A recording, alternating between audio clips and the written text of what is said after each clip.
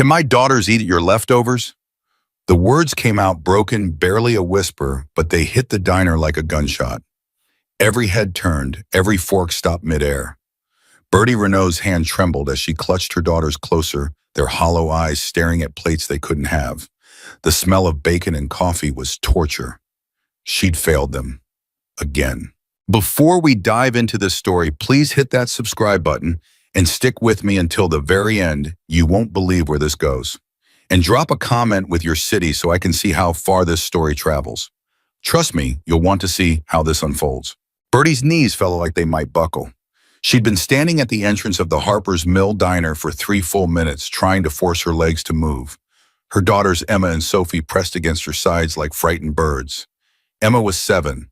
Sophie was 4. Both were too thin. Both were too quiet. "Mama," Emma was whispered at him. "Can we sit down?" Bertie swallowed hard. "Not yet, baby." The diner was warm. That alone was almost too much. They'd been walking in the December cold for 2 hours after the bus dropped them at the edge of town. Bertie had exactly $11.43 in her pocket. Not enough for 3 meals. Not enough for a motel. Not enough for anything that mattered. She scanned the room. A family of 4 sat in the corner booth, mom, dad, 2 kids who looked fed and happy. A businessman in a suit tapped his phone while his eggs went cold. 2 truck drivers laughed over coffee at the counter. And in the back near the jukebox, 3 men in leather jackets with Hell's Angels patches sat like they owned the place. Bertie's stomach turned. She wasn't proud of what she was about to do. "Stay close," she told the girls. She moved toward the family first. Her voice came out thin and shaky. "Excuse me, I'm so sorry to bother you. I was wondering, my daughters haven't eaten since yesterday morning. If you have anything you're not going to finish, maybe..." The mother's face pinched like she'd smelled something rotten. "We're eating our food." "I understand. I just thought we paid for our food," the father said, not even looking up. "You should do the same." Bertie felt Emma shrink behind her. "Of course, I'm sorry. Thank you anyway." She turned away before the tears could come. The businessman was next. He didn't even let her finish her sentence. "Not interested," he said, still scrolling his phone. "Please, they're just kids. There are shelters for that." He flagged down the waitress. "Check, please." Bertie's throat tightened. Sophie started to cry, soft little hiccups she tried to hide. Bertie crouched down, cupping her face. "Shh, baby, it's okay. We're okay." But they weren't okay. They hadn't been okay for months. Warren Sykes had made sure of that. The thought of him sent ice through her veins. She glanced toward the diner window, half expecting to see his truck pull up. He'd found them twice before. Once in Little Rock. Once in Memphis. Both times they'd barely escaped.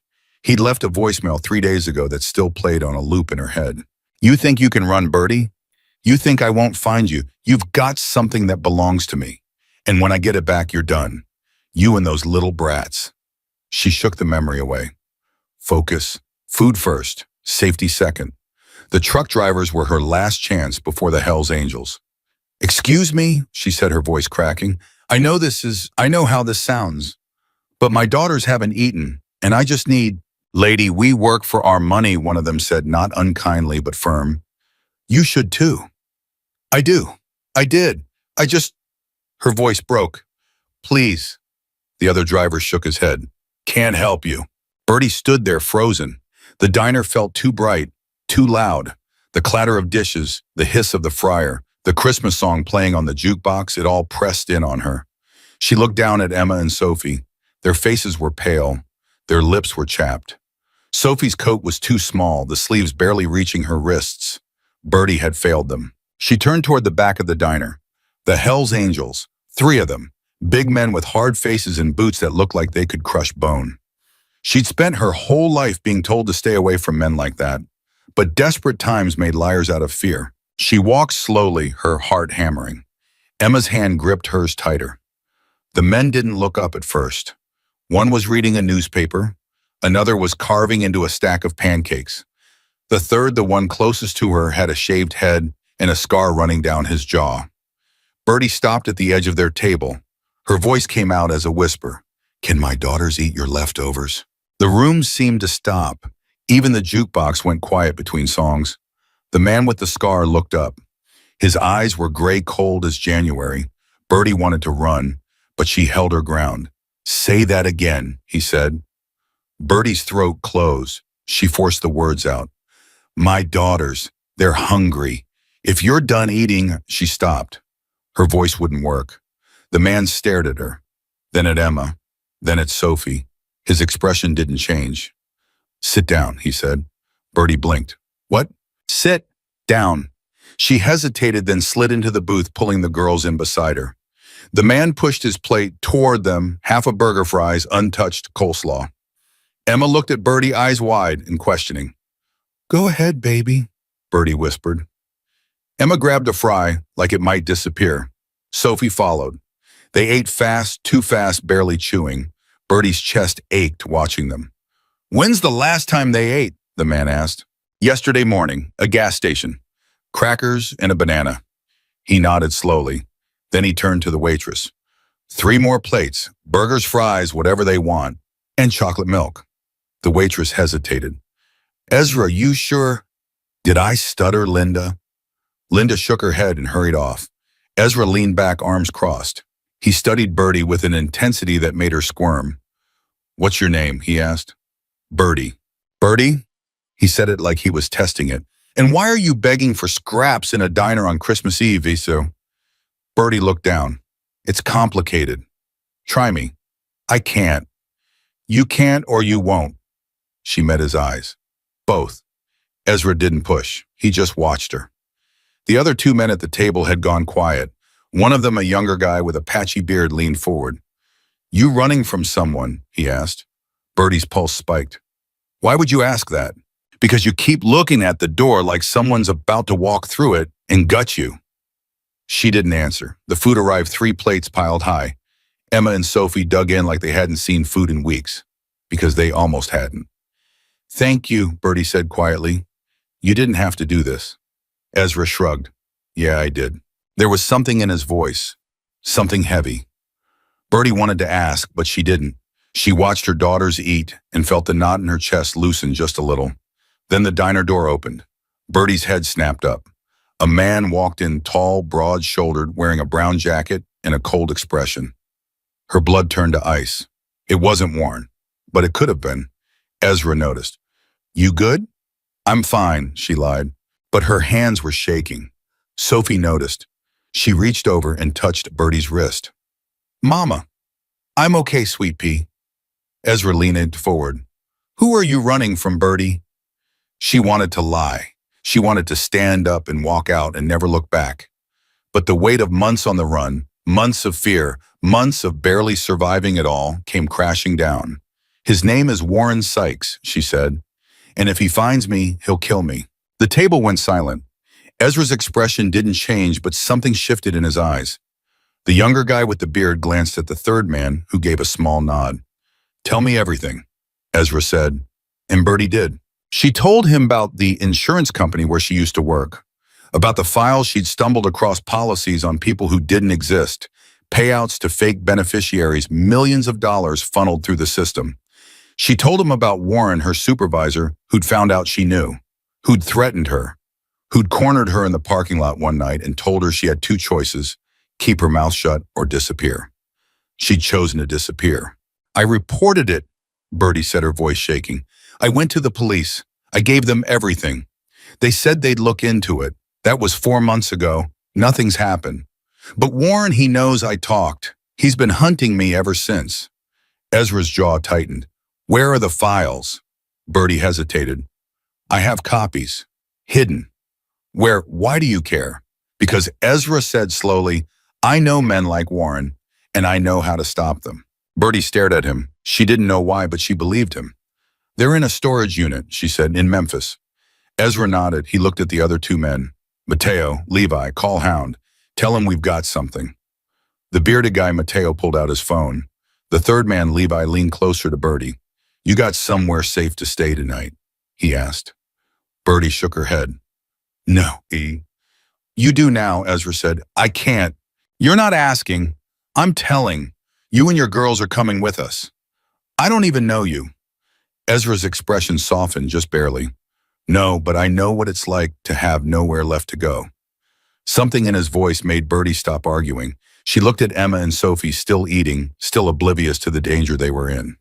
She thought about Warren, about the voicemail, about the way he'd looked at her the last time she saw him like she was already dead. Okay, she whispered. Ezra stood. Finish eating. We leave in 5. As he walked toward the door, Bertie felt something she hadn't felt in months. Hope. But in the parking lot, hidden behind a rusted Chevy, a man lowered his binoculars and smiled. Warren had found them. Bertie grabbed Emma's hand too hard. Emma winced but didn't pull away. Sophie pressed against her other side as they followed Ezra through the diner door. The cold hit like a slap. Bertie's breath came out in white puffs. Her chest felt tight. Which one's yours? Ezra asked, scanning the parking lot. We don't have a car. He stopped, turned. You walked here. The bus dropped us 2 miles back. Ezra's jaw worked. He didn't say anything, just motioned toward a row of motorcycles lined up near the back. Bertie's stomach dropped. I can't put them on a motorcycle. You got a better option. She didn't. That was the problem. That had always been the problem. Mateo pulled up on a black bike engine rumbling. Levi was already mounted on another. Ezra walked to the biggest one, a beast of chrome and leather with saddlebags big enough to hide bodies. They'll ride with me, Ezra said. One in front, one in back.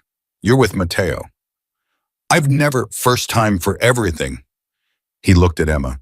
You scared? Emma shook her head, but her eyes said different. Good, Ezra said. Brave kids deserve ice cream. We'll get some later. Sophie's face lit up for the first time in months. Really? Really? Bertie wanted to argue, wanted to say this was insane, but before she could, headlights swept across the lot. A truck, dark blue, dented front bumper. Her heart stopped. Get on, now! Ezra's voice went flat and hard. That's him, Bertie whispered. That's Warren. Ezra didn't hesitate. He grabbed Emma, lifted her onto the bike like she weighed nothing. Hold on to the bars. Don't let go. Then he picked up Sophie, positioned her behind him. Arms around my waist, tight. Bertie stood frozen. The truck was slowing. Warren was leaning forward, squinting through the windshield. Bertie, move. Mateo's voice cut through her panic. She ran, threw her leg over Mateo's bike. Her hands found his jacket and gripped. Hold tighter, he said. She did. The engines roared. Ezra kicked off first, Sophie's small arms wrapped around him, Emma clutching the handlebars with white knuckles. Mateo followed. Levi brought up the rear. The truck lurched forward. They tore out of the parking lot, gravel spitting behind them. Bertie looked back. Warren's truck was gaining headlights, cutting through the dark. He's following us, she screamed over the wind. I know, Mateo yelled back. They hit the main road. Ezra opened up the throttle. The bike surged forward. Bertie had never moved this fast. The world blurred. Her stomach lurched. She pressed her face against Mateo's back and prayed. Behind them, Levi dropped back, positioning himself between Warren's truck and the group. The truck swerved, trying to pass. Levi matched it, blocking. Where are we going? Bertie yelled. Clubhouse, Mateo shouted. 10 miles out. 10 miles felt like forever. The cold bit through her thin jacket. Her hands were numb. But Emma and Sophie, they were ahead, safe with Ezra. That was all that mattered. Warren's truck rammed into Levi's bike. Bertie screamed. Levi wobbled but held steady. He flipped Warren off and accelerated, pulling ahead.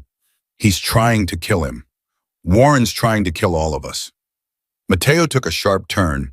Bertie's body tilted. She was sure they'd crash. But Mateo held it, leaning into the curve like he'd done it 1,000 times. Ezra's voice crackled over a radio clipped to Mateo's jacket. Hound, we've got a hostile. Blue truck. Plates Delta Charlie 7492. Send back up to Route 12. A gravelly voice responded. Copy. 3 minutes out. 3 minutes. Bertie counted seconds in her head. Warren's truck was still behind them, weaving through traffic, honking. Other cars swerved. Someone laid on their horn.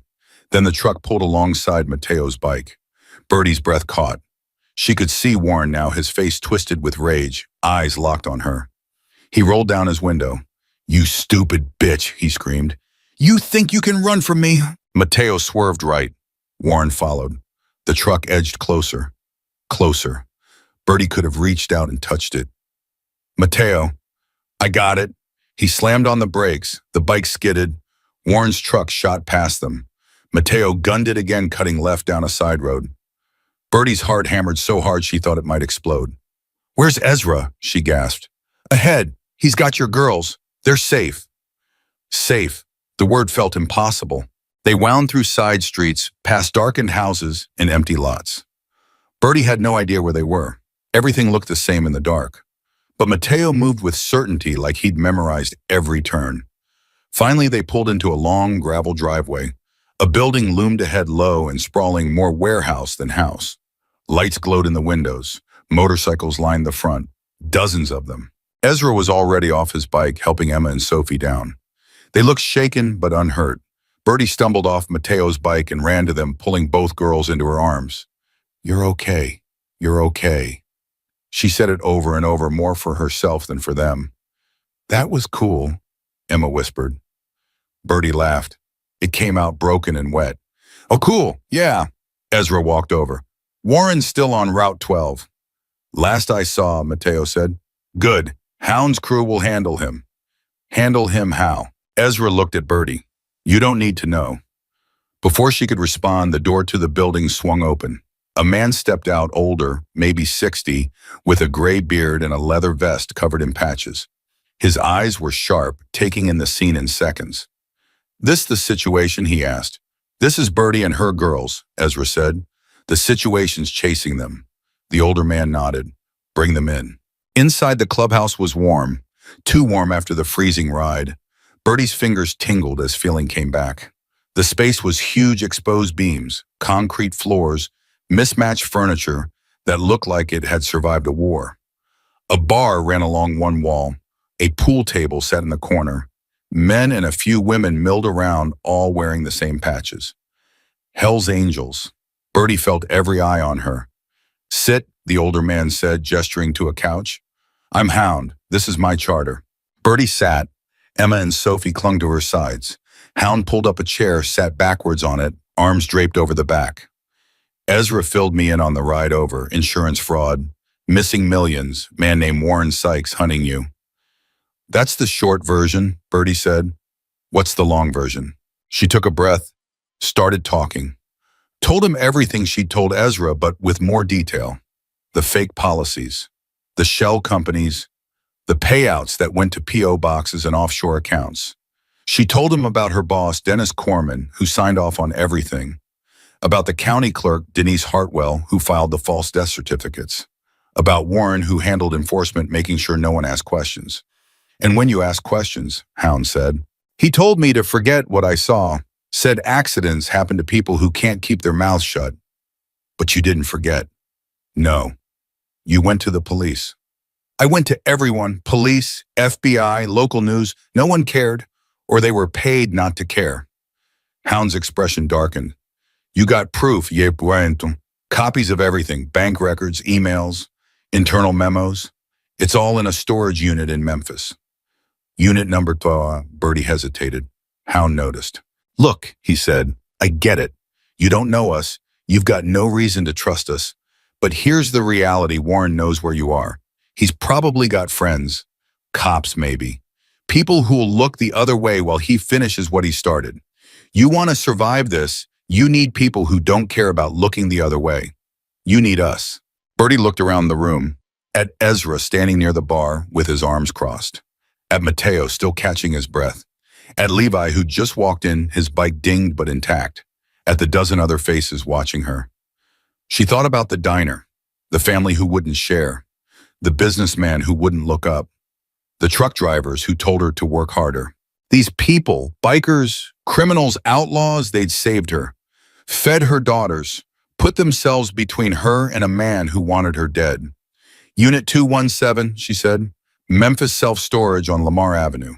Hound nodded, looked at Ezra. "Take Grizz and Smokey. Get those files." "Tonight," Ezra asked. "Tonight." Ezra didn't argue. He just grabbed his keys and walked out. 2 other men followed. Bertie felt a pang of something, guilt, maybe, or fear. "He doesn't have to." "Yeah, he does," Hound said. "Ezra lost someone. His nephew. Kid was 17, got mixed up with the wrong people. An insurance scam, actually. Different operation, but same idea.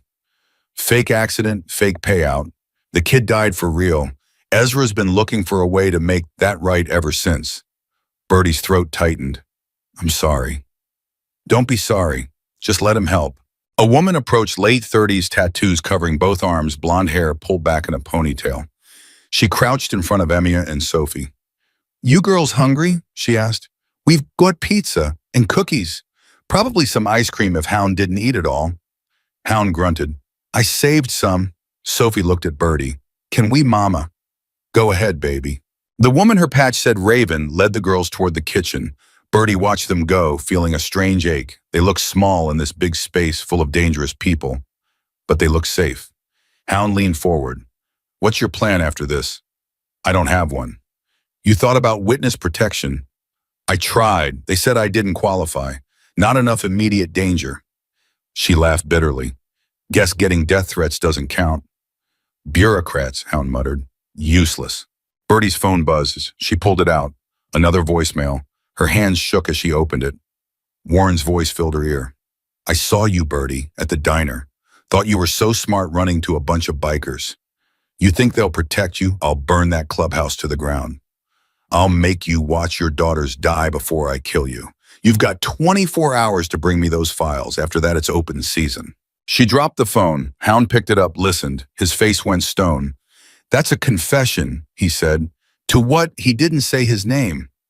He didn't have to. We've got his number. We've got his voice. We've got enough. Enough for what? Hound smiled. It wasn't a nice smile. Enough to bury him. Mateo walked over holding a laptop. Got something. Ran Warren's name through our contacts. He's got a record. Assault, extortion. Did 3 years in county, got out on good behavior. Good behavior, Bertie repeated. Right. He's also connected. Got a brother-in-law who's a sheriff's deputy in Shelby County. That's why your reports went nowhere. Bertie's stomach sank. So he's untouchable. Not untouchable, Hound said. Just protected. There's a difference. Levi appeared in the doorway. Hound, we've got company. Everyone froze. Bertie's pulse spiked. Is it Warren? Don't know yet. 2 cars, sedans, parked at the end of the drive. Hound stood. How long? Just pulled up. Hound motioned to Mateo. Get Bertie and her girls to the back room. Lock the door. Don't open it unless you hear my voice. What's happening? Bertie asked, standing. Could be Warren, could be Cumps, could be nothing. Either way, you're not part of it. They're here because of me. Which is why you're going in the back room. Move. Mateo grabbed her arm, not rough but firm. Bertie called for Emma and Sophie. Raven brought them over, both clutching cookies. They looked confused. Come on, girls, Bertie said, trying to keep her voice steady. We're going to hang out in another room for a bit. Why? Emma asked. Because Mama said so. They followed Mateo down a narrow hallway. The back room was small, a couch, a TV, a mini fridge, a single window with bars. Mateo locked the door behind them. Stay here. Stay quiet. What if something happens? Bertie whispered. Mateo met her eyes. Then you take your girls, you go out that window and you run. Don't look back. He left. The lock clicked. Bertie sat on the couch, pulling Emma and Sophie close. They were still eating cookies, oblivious. Her heart pounded so loud she was sure they could hear it. Minutes passed. Voices echoed from the main room, muffled, tense. She couldn't make out words. Then a door slammed. Footsteps. Heavy. Multiple people. Emma looked up. Mama. Shh. More voices. Louder now. A man shouted something. Another man responded. Then silence. The door handle rattled. Bertie's breath stopped. The handle turned. Locked. It rattled again, harder. Bertie. A voice. Not Mateo's. Not Hound's. Warren. I know you're in there. Open the door. She pressed her hand over Sophie's mouth. Pulled Emma closer. The girls were shaking. Don't make this harder than it has to be, Warren said. Just give me the files and walk away. I'll even let the kids go. Liar. He'd never let them go. Bertie knew that. I'm counting to 10, Warren said. Then I'm kicking this door in. Bertie looked at the window. The bars, no way out. 1. She scanned the room. Nothing. No weapon, no escape. 2. Her phone. She still had her phone. She pulled it out, hands shaking, tried to dial 911. 3. No signal. Of course. Middle of nowhere. No signal. 4. Emma started crying. Bertie held her tighter. 5. Think. There had to be something. 6. The mini fridge. She opened it. Beer, water, a bottle of vodka. She grabbed the vodka. 7. Sophie was sobbing now. Bertie whispered in her ear, "Cover your face, baby. Don't look." 8. She unscrewed the cap, poured vodka across the floor near the door. 9. She pulled a lighter from her pocket, one she'd carried for months, never used just in case. Her thumb hovered over the striker. 10. The door exploded inward. Warren filled the frame gun in hand. Bertie flicked the lighter. The vodka caught. Flames shot up a wall of fire between them and Warren. He staggered back, cursing. Smoke filled the room. "Out the window!" Bertie screamed. She grabbed a chair, swung it at the bars. Once, twice. They didn't budge. Warren was stomping out the flames. She swung again. The bars bent. Barely. Not enough. Warren raised his gun. The main door crashed open. Ezra charged through, slamming into Warren from the side. The gun went off. The bullet hit the ceiling. Plaster rained down. Ezra and Warren hit the floor grappling. Ezra's prosthetic legs scraped against the concrete as he pinned Warren down. He landed a punch, then another. Warren's nose broke with a wet crack. Hound appeared, gun drawn. "Enough!" Ezra didn't stop. Hound grabbed his shoulder. "I said enough!" Ezra stood, breathing hard. Warren groaned, blood pouring from his face. "Girl's okay?" Hound asked. Bertie nodded, still clutching Emma and Sophie. Her hands wouldn't stop shaking. "Good," Hound said. He looked at Warren. "You just made the biggest mistake of your life." Warren spat blood. "You have no idea who you're messing with." "Actually," Ezra said, pulling out his phone, "we do."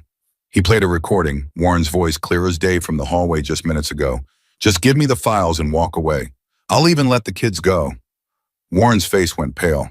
"That's extortion," Ezra said. "Threats against minors. Breaking and entering. Assault with a deadly weapon.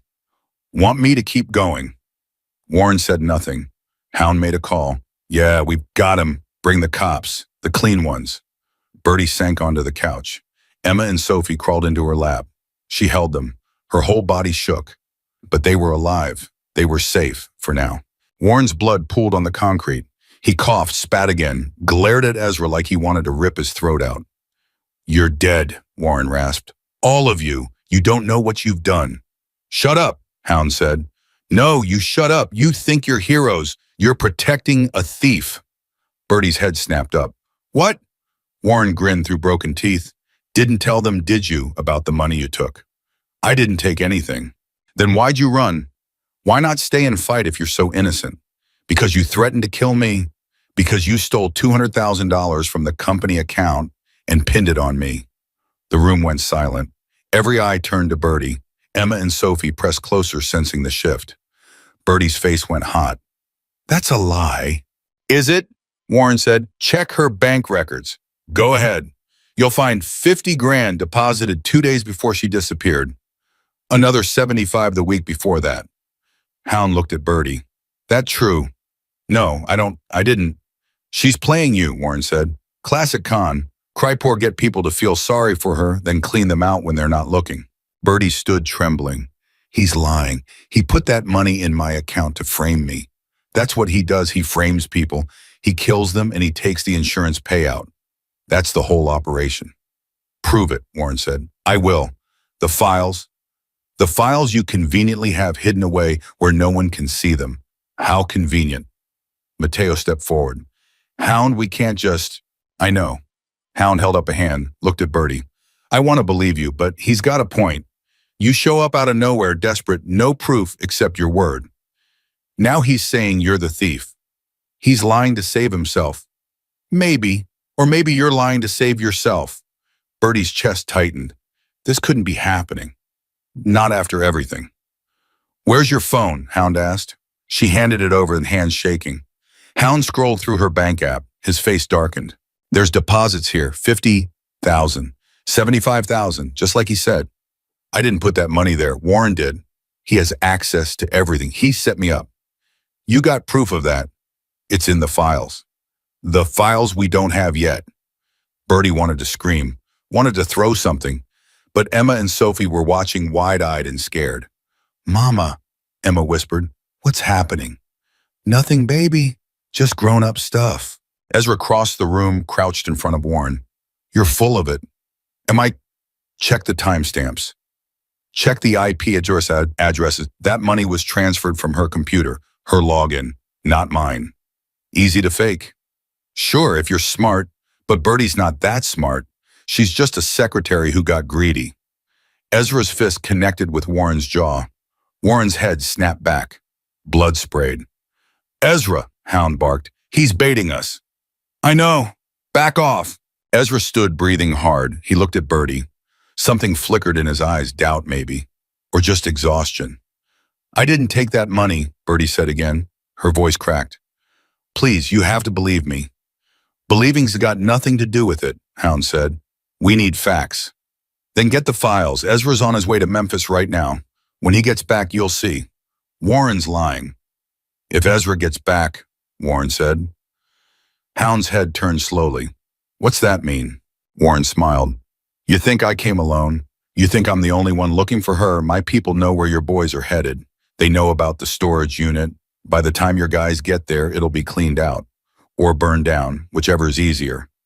Hound pulled out his phone, dialed. It rang, and rang. No answer. He tried again. Same result. Ezra's not picking up, Mateo said. Neither is Grizz or Smokey, Levi added. Bertie's stomach dropped. What does that mean? It means they're either busy or dead, Warren said. Hound grabbed Warren by the collar, hauled him up. If anything happens to my boys, I'll gut you myself. Go ahead. Won't change what's coming. The front door burst open. A young guy, couldn't be more than 20, stumbled in, breathing hard. Hound, cops, 3 cruisers, coming up the drive. Clean ones or dirty ones? Hound asked. Don't know yet. Hound swore, looked at Mateo. Get Bertie and the girls out the back. Now. What about Warren? Leave him. Let the cops deal with it. They're dirty, they'll let him walk, Levi said. Then we'll deal with that when it happens. Move. Mateo grabbed Bertie's arm. She scooped up Sophie, pulled Emma close. They ran down the hallway past the back room with the still smoldering vodka stain out a side door into the cold. The gravel crunched under their feet. Bertie's lungs burned. Behind them, sirens wailed. Red and blue lights flickered through the trees. Mateo led them to a shed behind the clubhouse. Inside was another motorcycle, a four-wheeler, and a pickup truck that looked like it had survived a demolition derby. Get in the truck, Mateo said, tossing Bertie the keys. Where are we going? Anywhere but here. I can't just leave. Hound gave you an order. You follow it. Bertie hesitated. Emma tugged her hand.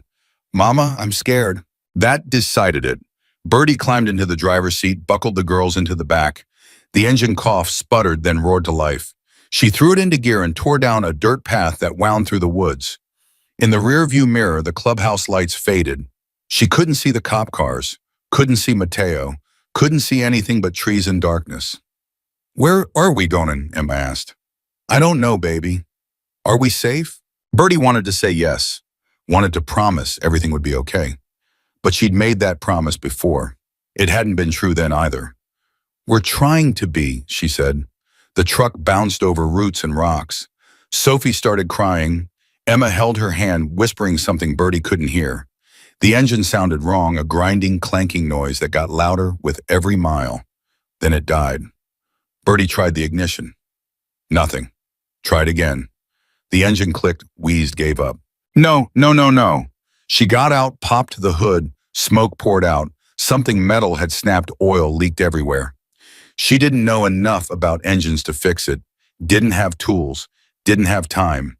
She pulled out her phone, still no signal. Emma climbed out. Mama, get back in the truck. But now, Emma obeyed. Bertie scanned the woods. They were maybe 5 miles from the clubhouse, middle of nowhere. She had no idea which direction led to town. The cold bit through her jacket. Her breath came in white clouds. They couldn't stay here, but they couldn't walk either, not with 2 little girls in the freezing dark. Headlights appeared through the trees. Bertie's heart stopped. She grabbed the tire iron from the truck bed, held it like a weapon. The headlights grew closer. A car, moving slow, searching. It stopped 20 feet away. The door opened.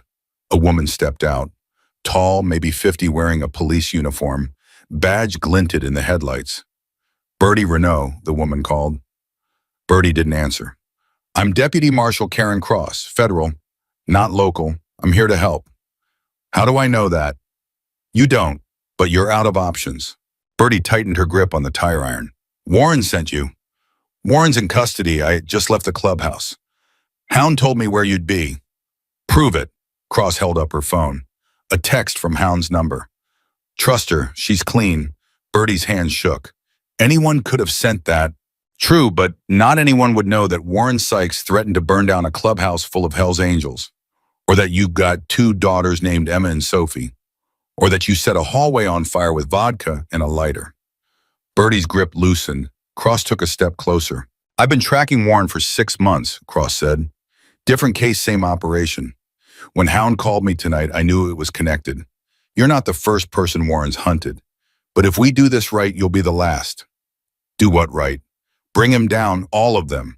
Warren, Dennis Corman, Denise Hartwell, the whole network. I tried that. No one listened. Because you went to the wrong people.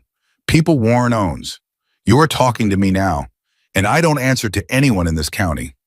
Bertie looked back at the truck, at Emma and Sophie watching through the window. What do you need from me? She asked. The files and your testimony. The files are in Memphis, and Warren said his people are going after them. They already did. Ezra and his crew got there first. Bertie's heart jumped. They're alive. Alive and on their way back. They've got everything, bank records, emails, forged death certificates, enough to put Warren and his friends away for 20 years. But we need you to tie it together. You're the witness. You're the one who saw it all. Warren said I stole money, that I'm the criminal. Cross smiled sharp and cold. Warren says a lot of things. Most of them are lies. We pulled your real bank records, not the fake ones Warren planted. You're clean. He framed you because you were about to expose him. Bertie felt something loosen in her chest. Relief, or maybe just exhaustion. What happens now? She asked. Now you come with me. You and your girls. I'll take you somewhere safe. Tomorrow we'll meet with the federal prosecutor. You'll tell your story and we'll end this. Just like that. No, not just like that. It'll be hard. Warren's lawyers will tear you apart on the stand. They'll call you a liar, a thief, a bad mother. They'll try to break you. They already have, Bertie said quietly. Cross met her eyes. Then they'll fail, because you're still standing. Bertie looked at the truck again, at her daughters, at the broken engine and the smoke and the woods that stretched on forever. Okay, she said, let's go. Cross opened the back door of her sedan. Bertie carried Sophie, led Emma by the hand. They climbed in. The car was warm. The seats were soft. Sophie curled up immediately, half asleep. Cross got behind the wheel. There's blankets in the back, food in the bag on the floor. Help yourselves. Bertie found granola bars, juice boxes. Emma grabbed one, handed another to Sophie.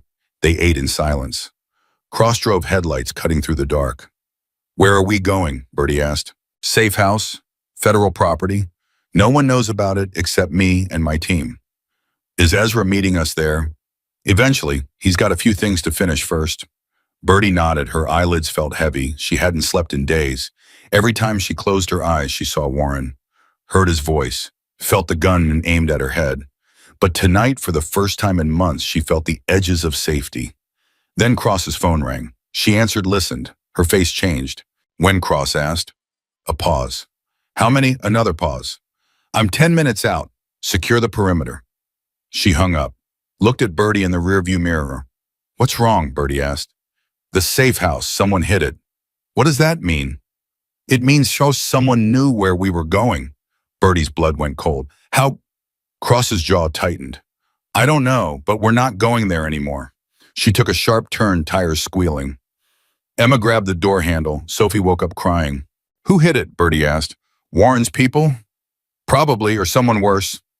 Someone worse than Warren. Cross didn't answer. She just drove faster. The trees blurred, the road twisted. Bertie held her daughters, her mind racing. Warren was in custody. His people were scrambling. But someone had still found the safe house. Someone with reach, someone with resources. Dennis Corman, Bertie said. Warren's boss. He's the one with connections. Police judges, politicians. He's got everyone in his pocket. Not everyone, Cross said. But enough. So what do? We improvise. They drove for another 20 minutes. Cross pulled off the main road down a narrow dirt path that barely qualified as a driveway. A cabin appeared small, old, half hidden by overgrown brush. No lights, no cars, no sign of life. Is this another safe house? Bertie asked. No, this is my uncle's hunting cabin. No one knows about it. Not even my team. Then how do we know it's safe? We don't, but it's all we've got. Cross parked it, got out, checked the perimeter. She came back, opened Bertie's door. Inside, quick. They ran to the cabin. Cross unlocked it, ushered them in. The interior smelled like dust and old wood. A single room with a fireplace, a couch, a kitchenette. Cross locked the door, drew the curtains. Stay away from the windows, she said. For how long? Bertie asked. Until I figure out who leaked the safe house location. And if they find us here, Cross pulled in her gun, checked the magazine. Then I'll handle it. Bertie sat on the couch, pulled Emma and Sophie close. They were shaking. So was she. I'm sorry, Bertie whispered. I'm so sorry I dragged you into this. Emma looked up. You didn't drag us, Mama. We're a team. Bertie's throat closed. She kissed Emma's forehead, then Sophie's, held them until their shaking stopped. Cross paced by the window phone pressed to her ear. She spoke in low, clipped tones. Hung up, dialed again, hung up again. Her frustration was palpable. What's wrong? Bertie asked. Everyone's ignoring me. My supervisor, my team lead, even the prosecutor. No one's picking up. Maybe they're busy. Or maybe they're compromised. The word hung in the air like a guillotine blade. You think Dennis got to them? Bertie said. I think Dennis got to someone. And until I know who we're on our own. Outside branches snapped. Cross's head whipped toward the sound. She killed the lights, plunging the cabin into darkness. Don't move, she whispered. Bertie held her daughters tighter. Her heart pounded. The snapping sound came again. Closer. Footsteps. Cross moved to the window, peered through a gap in the curtains. Her hand tightened on her gun. How many? Bertie mouthed. Cross held up 3 fingers. 3 men, maybe more. Outside, circling. A voice called out. Marshal Cross, we know you're in there. Come out. Bring the woman and her kids. No one has to get hurt.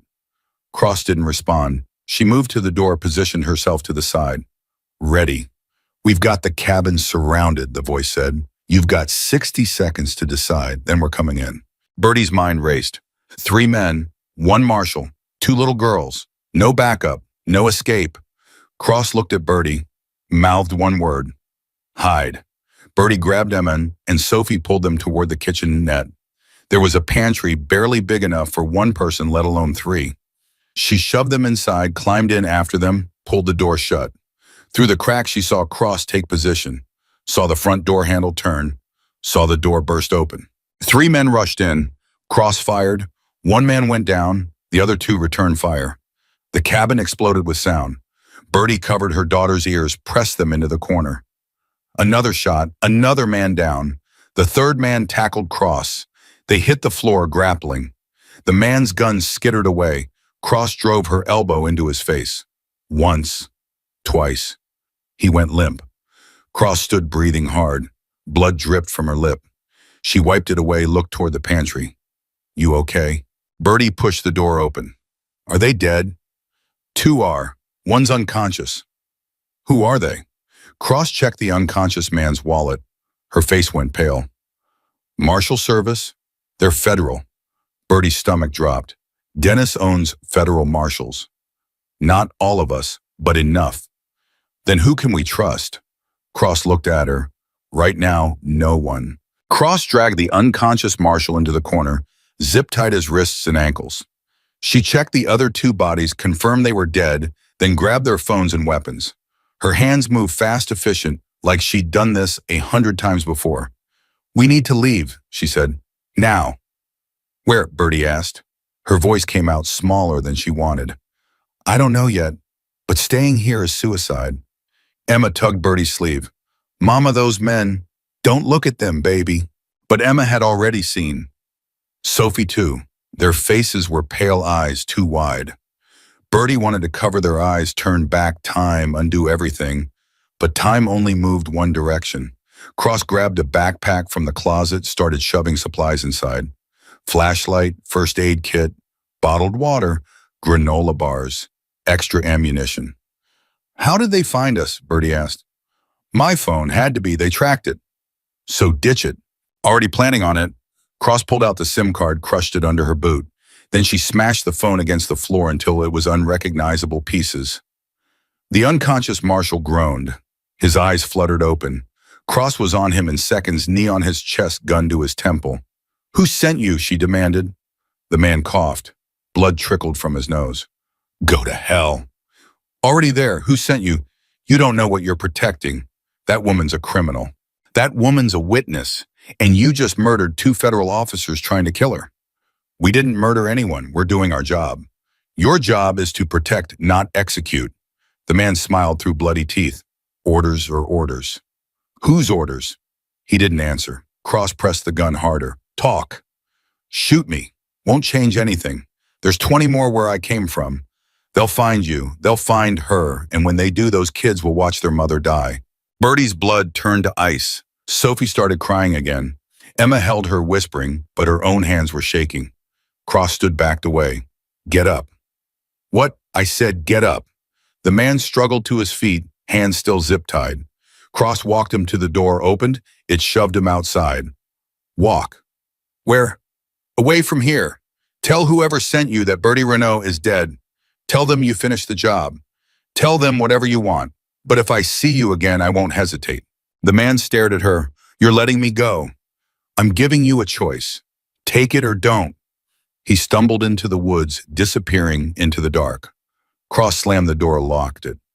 Why'd you let him go? Bertie asked. Because killing him makes us murderers. And because he'll report back that we're still here, gives us a head start while they regroup. Or he comes back with reinforcements. Then we better move fast. Cross grabbed the backpack, handed it to Bertie. Carry this. Stay close. Don't stop for anything. They ran, out the back door into the woods. The cold bit harder now. The ground was uneven, roots and rocks waiting to trip them. Sophie stumbled. Bertie caught her, kept moving. Emma ran beside them, breathing hard but not complaining. Behind them, headlights appeared. Then voices, shouting. They're coming back, Bertie gasped. I know. Keep moving. They ran harder. Bertie's lungs burned. Her legs screamed. But she didn't stop. Couldn't stop. Emma's hand gripped hers like a lifeline. Sophie's weight pressed against her other side. Cross led them down a slope through a creek that soaked their shoes up the other side. The voices faded. The headlights disappeared. But Bertie knew they'd find them. It was only a matter of time. They reached a road. Empty. Dark. No cars. No houses. Nothing. Which way? Bertie asked. Cross looked, left then right. This way. They walked along the shoulder, keeping to the shadows. Every sound made Bertie flinch. Every rustle in the bushes felt like an ambush. Emma was limping now. Sophie was half asleep on Bertie's shoulder. Then headlights appeared. Coming fast. Hide! Cross hissed. They dove into the ditch beside the road. Bertie covered the girls with her body. The car roared past. It didn't slow, didn't stop, just kept going. Bertie exhaled. Cross helped them up. How much farther? Emma asked. Her voice was so small. I don't know, baby, Bertie said. I'm tired. I know. Me too. They kept walking. Minutes stretched into hours, or maybe it was just minutes. Bertie couldn't tell anymore. Time felt broken. Everything felt broken. Then Cross's phone buzzed. Her backup phone, the one she'd kept hidden. She answered, listened. Her face changed. Where? She asked. Another pause. How long ago? She hung up, looked at Bertie. Ezra's back. He's got the files, and he's pissed. Pissed about what? About the marshals who tried to kill you. About the leak in my department. About all of it. Cross started walking faster. He wants to meet. Says he's got something we need to see. Where? Old Church, 5 miles north. That's a long walk with 2 kids. Then we better move. They walked. Emma started crying. Sophie was crying. Bertie was close to crying herself. Her feet were blistered. Her body ached. But she kept moving. 1 foot in front of the other. That's all she could do. Finally, the church appeared. Small, abandoned, half the roof caved in. Ezra's bike was parked outside. So were 3 others. Hound, Mateo, and Levi stood near the entrance. Ezra paced, phone pressed to his ear. He saw them, ended the call, walked over. You okay? He asked. Bertie nodded, didn't trust her voice. Ezra crouched in front of Emma and Sophie. You two are tough. You know that, Sophie sniffled. I'm scared. Me too, Ezra said. But we're going to fix this, I promise. Don't make promises you can't keep, Bertie said. Ezra stood, met her eyes. I keep my promises. Inside the church, they spread out the files, boxes of them.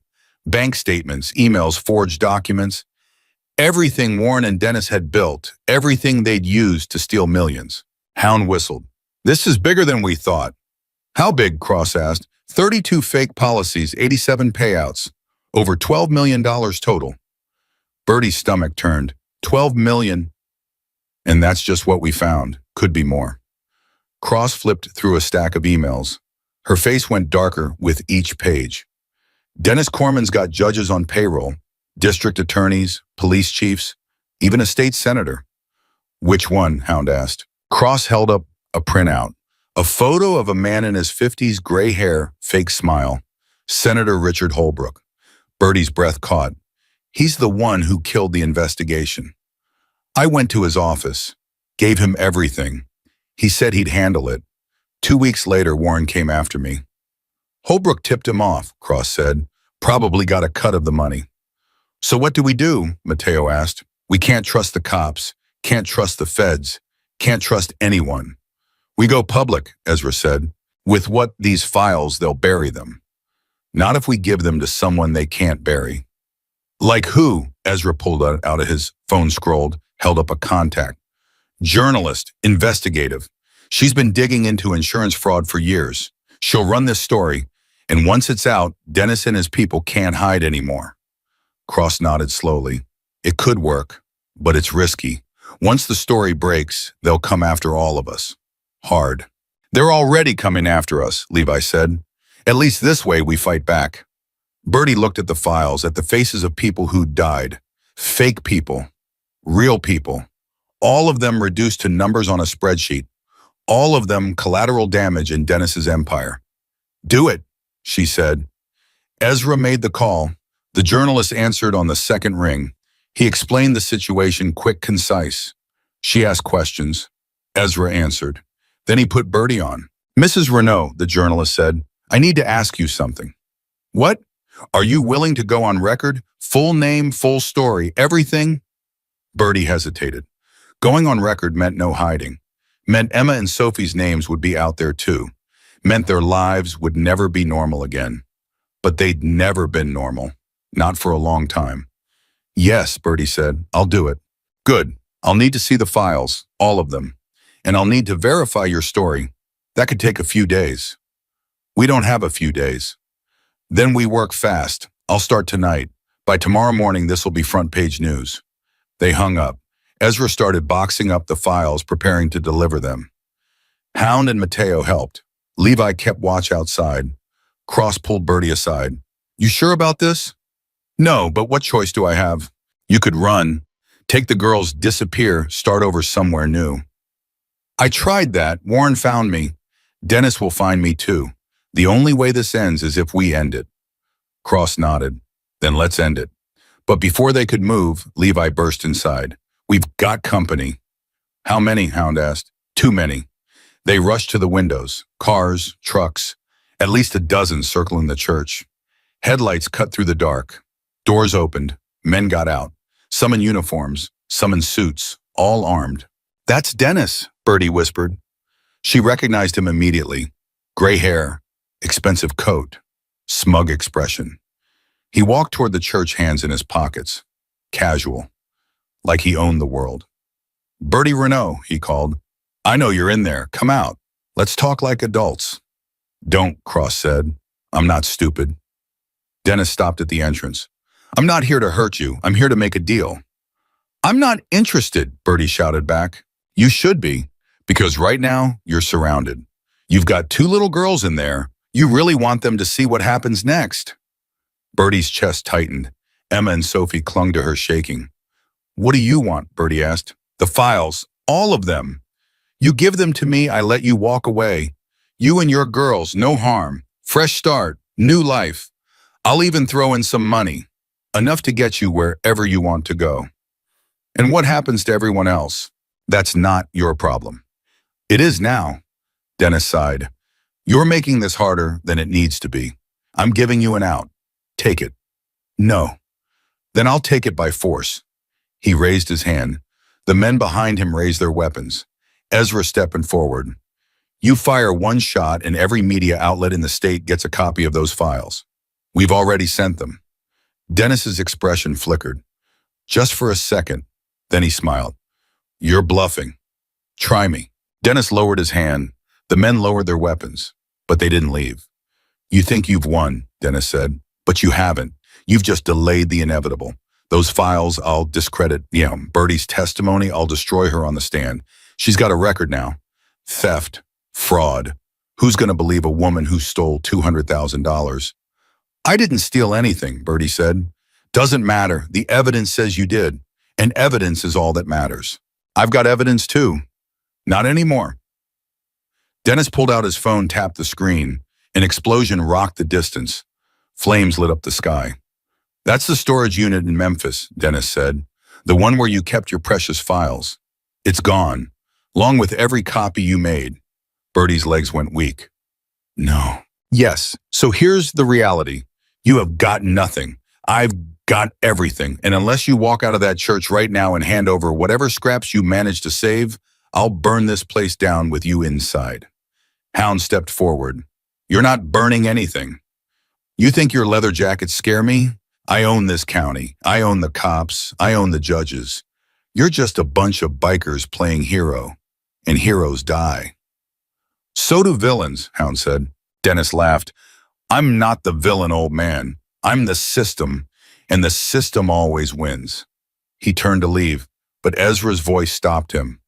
You forgot something. Dennis looked back. What? Ezra held up a USB drive, cloud backup, every file, every email, every transaction, uploaded an hour ago. Multiple servers, multiple countries. You can't touch it. Dennis's face went white, then red, then something darker. You're lying. Am I? Dennis pulled a gun, aimed it at Ezra.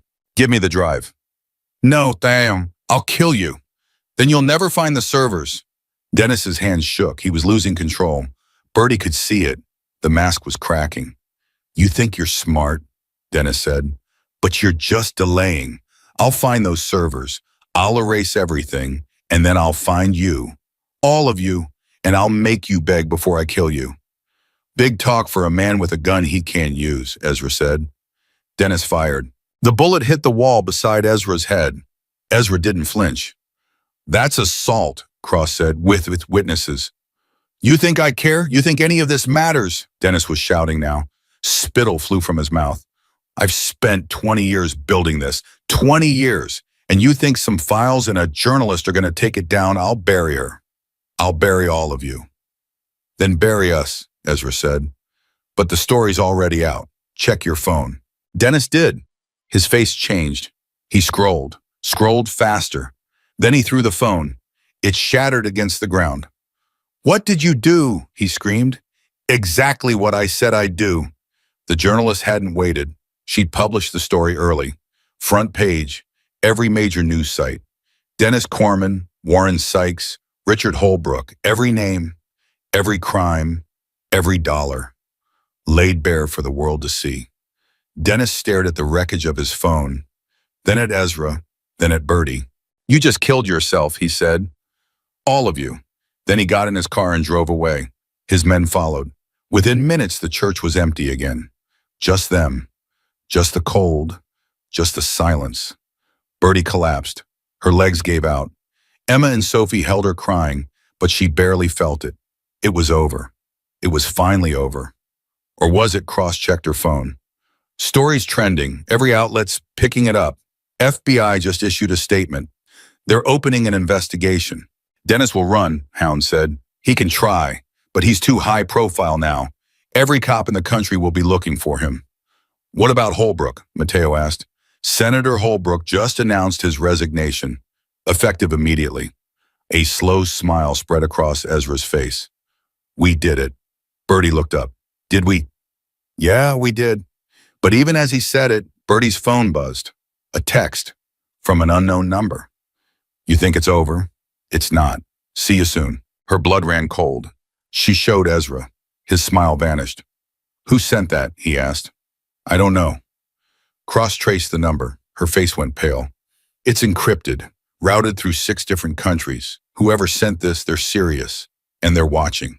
Bertie pulled Emma and Sophie closer, looked around the ruined church, at the broken pews and shattered windows, at the faces of people who'd risked everything to help her. What do we do now? She asked. Ezra met her eyes. We finish it. For real this time. But outside, hidden in the trees, a figure lowered a pair of binoculars and smiled. Dennis wasn't the only one who wanted Bertie dead, and this person was just getting started. The text glowed on Bertie's phone like a threat carved in neon. Cross grabbed it, studied the message, then crushed the phone under her boot. Hey, Bertie protested. They're tracking you. Every device you've touched is compromised. Then how do we communicate? We don't, we move. Ezra was already gathering the files, shoving them back into boxes. Hound barked orders to Mateo and Levi. They worked fast, efficient, like a machine built for survival. Emma tugged Bertie's sleeve. Mom, I don't understand. Didn't we win? I thought we did, baby. Then why are we still running? Bertie didn't have an answer. She looked at Cross, hoping for one. Cross's expression said everything. They loaded the bikes. Bertie climbed on behind Ezra again, the girls sandwiched between them. The engine roared. They tore away from the church headlights, off navigating by moonlight and memory. Behind them, the church exploded. The blast threw heat across Bertie's back. Sophie screamed. Emma buried her face in Ezra's jacket. Bertie looked back, flames consumed the building, smoke billowing into the sky. They were waiting for us to leave, Cross shouted over the wind. Who? Bertie yelled back. I don't know, but they wanted us alive. Otherwise, they would have blown it while we were inside. That thought didn't comfort Bertie. Alive meant they had other plans, worse plans. They rode for an hour, maybe more. The landscape changed from woods to farmland to industrial wasteland. Abandoned factories lined the road. Rust and decay everywhere. Finally, Ezra pulled into a warehouse with a collapsed roof and boarded windows. Inside, the space was cavernous, empty except for old machinery and rats. Hound lit a camping lantern. Shadows danced on the walls. We can't stay here long, Cross said. They'll find us. How? Mateo asked.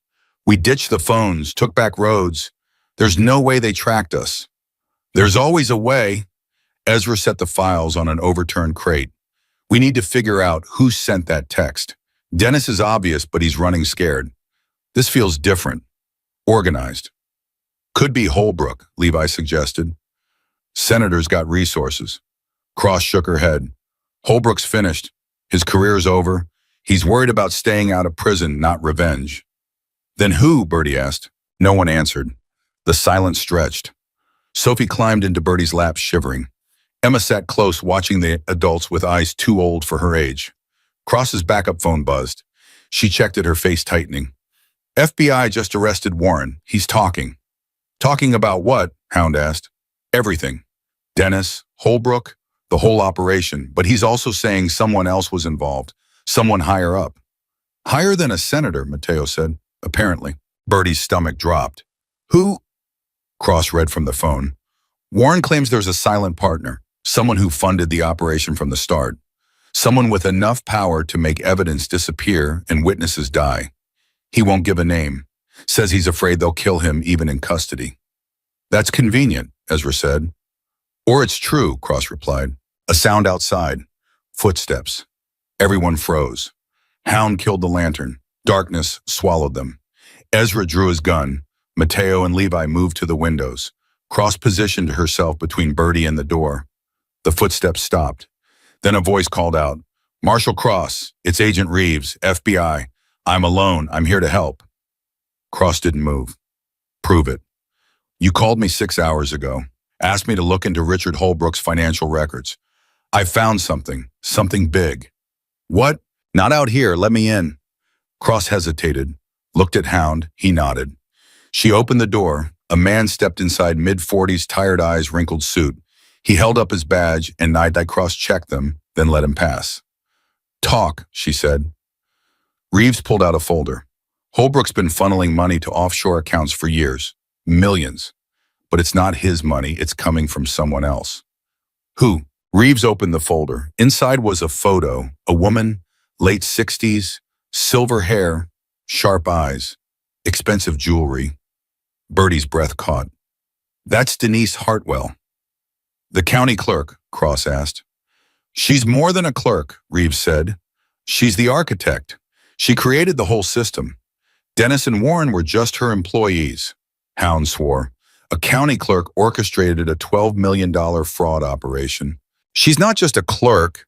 She's been in that office for 30 years. She knows every loophole, every weak point in the system. She's got connections everywhere. Judges, cops, politicians, even federal agents. Cross's face went pale. The marshals who attacked us. She sent them. Probably.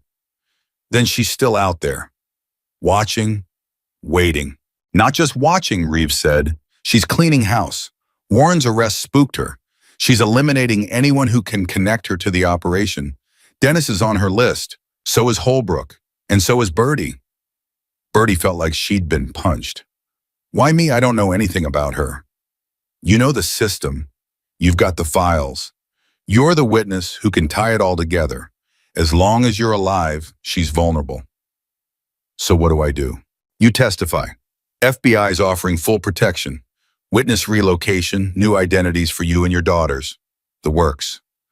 And if she finds me anyway? Reeves didn't answer. He didn't have to. Emma's voice broke the silence. Mom, I don't want a new name. Bertie pulled her close. I know, baby. I like my name. I like being Emma. You'll always be Emma, no matter what name we use. Sophie started crying. I want to go home. We don't have a home anymore, sweet pea. Then I want to make a new one, a real one, where nobody chases us.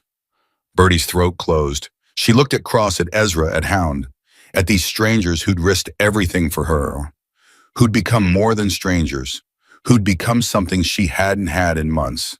Family. There's another option, Ezra said. We find Denise before she finds us. That's insane, Cross said. So is running for the rest of our lives. You're talking about hunting a woman with unlimited resources and zero conscience. I'm talking about ending this permanently. Reeves closed the folder. If you go after her, the FBI can't help you. You'll be on your own. We're already on our own, Hound said. Cross looked at Bertie. It's your call. Bertie thought about the diner, about begging for scraps, about Warren's threats and Dennis's arrogance, and Denise's invisible hand pulling every string. She thought about Emma and Sophie growing up afraid, looking over their shoulders, never knowing safety. Let's find her, Bertie said. Reeves nodded. I can give you a starting point. Denise owns a property outside town, isolated, heavily secured. If she's anywhere, she's there. How do you know so, Mateo asked. Because I've been tracking her for 6 months. She doesn't know it yet, but she will soon. He handed Cross a map with an address circled in red. Cross studied it, then passed it to Ezra. This is a death trap, she said. Probably, Ezra agreed, but it's our only shot. They geared up, checked weapons, made a plan. Bertie wanted to help, but Cross stopped her. You stay here with the girls. We'll handle this. No, boy, Bertie. She's hunting me, not you. If anyone should face her, it's me. You're not trained for this. Neither were you when you started. You learn. So will I. Cross looked like she wanted to argue, but something in Bertie's eyes stopped her. Fine, but you follow orders. No heroics, no risks. You do exactly what I say. Deal. Raven appeared, the woman from the clubhouse. I'll watch the girls. Are you sure? Bertie asked. I've got 4 kids of my own. 2 more won't kill me. Emma looked up. You'll keep us safe. Kid, I've survived 3 husbands and a prison riot. You're in good hands. That almost made Bertie smile. She kissed Emma and Sophie held them longer than she should have. I'll be back, she promised. You better be, Emma said. They left. 5 bikes, 7 people, riding through the dark toward a fight none of them might survive. Bertie's hands shook. She gripped Ezra's jacket tighter. You scared? He asked. Terrified. Good. Fear keeps you sharp. Or gets you killed. That too. They reached the property, a mansion behind iron gates and high walls, cameras everywhere, floodlights, guard dogs. Denise hadn't been subtle. Cross pulled out binoculars. 2 guards at the gate, 3 roaming the grounds, maybe more inside. How do we get in? Levi asked. We don't. We draw her out. Help Mama. Cross looked at Bertie. We make her think you're alone. Vulnerable. She'll come to finish it herself. You want to use me as bait. I want to give you a chance to end this. Bertie's heart pounded, but she nodded. They positioned themselves. Cross and Hound took the north side. Mateo and Levi covered the south. Ezra stayed with Bertie at the gate. Bertie walked forward. Alone. Hands raised. Visible. Denise Hartwell, she shouted. I know you're in there. I know what you've done. And I know you want me dead. Silence. Then the gates opened. Not all the way, just enough for one person to slip through. Denise stepped out, elegant, composed, a gun in her hand. Bertie Renault, she said, you're either very brave or very stupid. Probably both. You should have taken Dennis's offer. Should have run while you had the chance. I tried running. Didn't work. No, it rarely does. Denise raised the gun. You've cost me a great deal. My operation, my reputation, my freedom. You cost people their lives. Collateral damage, necessary for progress. You sound like a psychopath. Denise smiled. I sound like a businesswoman. And business requires difficult decisions. Like murdering a mother and her children. Like eliminating threats. You're a threat, Bertie, a loose end. And I don't leave loose ends. She pulled the trigger. Ezra tackled Bertie. The bullet hit the ground where she'd been standing. Cross emerged from the shadows, gun drawn. Drop it. Denise spun, fired. Cross dove behind a concrete pillar. Hound and Mateo rushed from the sides. Denise fired again. Mateo went down, clutching his shoulder. Levi came from behind, grabbed Denise's arm. She twisted, drove her elbow into his face. He staggered. She kicked him in the chest. He fell. Bertie scrambled to her feet. Denise turned, aimed at her again. But Ezra was faster. He fired. Denise's gun flew from her hand. She grabbed a knife from her boot. You're making this harder than it needs to be, Denise said, breathing hard. Good, Ezra replied. They circled each other. Denise lunged. Ezra blocked. She slashed. He dodged. The knife caught his arm. Blood welled. He didn't flinch. Cross took the shot. Denise dropped. The knife clattered away. Blood spread across her expensive coat. Bertie ran to Mateo. He was alive. Bleeding but alive. Levi helped him up. Hound checked Denise. She was still breathing. Barely. Call an ambulance, Hound said. Why? Mateo asked through gritted teeth. Let her bleed out. Because we're not like her. Reeves arrived with backup. FBI agents swarmed the property. They found records inside. More files, more evidence, enough to bury everyone connected to Denise's operation. Denise was cuffed, loaded into an ambulance. She looked at Bertie as they wheeled her past. You think you've won, she whispered, but you've just painted a target on your back. Someone else will come. They always do. Bertie leaned close. Let them. I'm done running. Denise's eyes widened. Then the ambulance doors closed. 2 weeks later, Bertie sat in a courtroom. Emma and Sophie beside her, Cross on her left, Ezra on her right. She testified for 6 hours, told the whole story, every detail, every crime, every name. Warren got 25 years. Dennis got 30. Holbrook got 15. Denise, once she recovered, would face trial for murder fraud, conspiracy, and a dozen other charges. The FBI estimated she'd never see freedom again. After the trial, Bertie walked out of the courthouse. The sun was setting. Emma held her hand. Sophie held the other. Ezra waited by his bike. Where will you go? He asked. I don't know yet. Somewhere quiet, somewhere normal. Normal's overrated. Maybe, but I'd like to try it. Ezra nodded, handed her an envelope. From the club. It's not much, but it'll get you started. Bertie opened it. Ish, enough for an apartment, furniture, maybe even a car. I can't take this. You already did. Consider it a Christmas gift. Late, but still. Bertie's eyes burned. She hugged him. He hugged back, careful and awkward, like he'd forgotten how. Thank you, she whispered, for everything. You did the hard part. You survived. We survived. Ezra smiled. Yeah, we did. He got on his bike, rode away. The engine's rumble faded into the distance. Bertie stood there, holding her daughters, watching the sky turn orange and pink. Mama, Emma said, are we safe now? Bertie looked down, at Emma's hopeful face, at Sophie's tired eyes, at the courthouse behind them and the road ahead. Yeah, baby, she said. We're safe. And for the first time in months, she believed it. They walked to the bus stop, bought tickets to somewhere far away, somewhere no one knew their story, somewhere they could start over. The bus pulled up, they climbed aboard, found seats in the back. Sophie fell asleep against Bertie's shoulder. Emma stared out the window, watching the world blur past. Mama, Emma asked. Yeah. Do you think we'll ever see Ezra again? Maybe someday. I hope so. I liked him. Me too. The bus rolled on. The city lights faded. Darkness took over, then dawn. A new day, a new beginning. Bertie closed her eyes. For the first time since that Christmas Eve in the diner, she felt something she'd almost forgotten. Peace, not because the danger was gone, not because the world was suddenly safe, but because she'd stopped running. She'd stood her ground. She'd fought back. And she'd won. Emma and Sophie were alive. They were together. They were free. And no one, not Warren, not Dennis, not Denise, not anyone could take that away from them ever again.